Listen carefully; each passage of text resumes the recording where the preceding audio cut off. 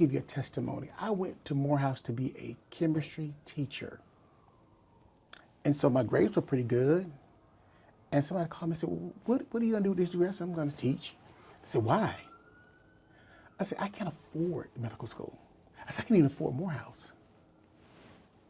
Well, evidently, something happened. But I do know what happened in my freshman year. I had a closer walk with God. I began to believe more in myself. And I looked at what cards life had dealt me and what it could deal me. So you can have a handful of spades and still renege. You okay, gotta know how to play you get on cards. spades. Wait a minute now. Right. You can have a handful of spades and still renege because you're not watching the board. Life will not be a crystal stair for most of us. There are going to be boards torn up, and there are going to be crooked places that have to be made plain. And if you're a minority, you know this. You can be from a family with all of the money in the world and still get on drugs. Yes, yes.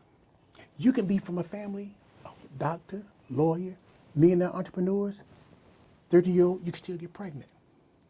So that's why we have to begin to look at who we are and the self. See, everybody has a mirror in their house. Everybody. Everybody has a mirror in their house.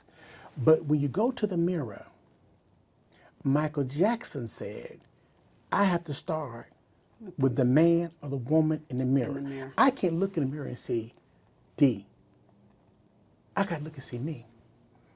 And then if there's a spot over here on my face, I can rub the mirror, but the spot is still there. Mm-hmm.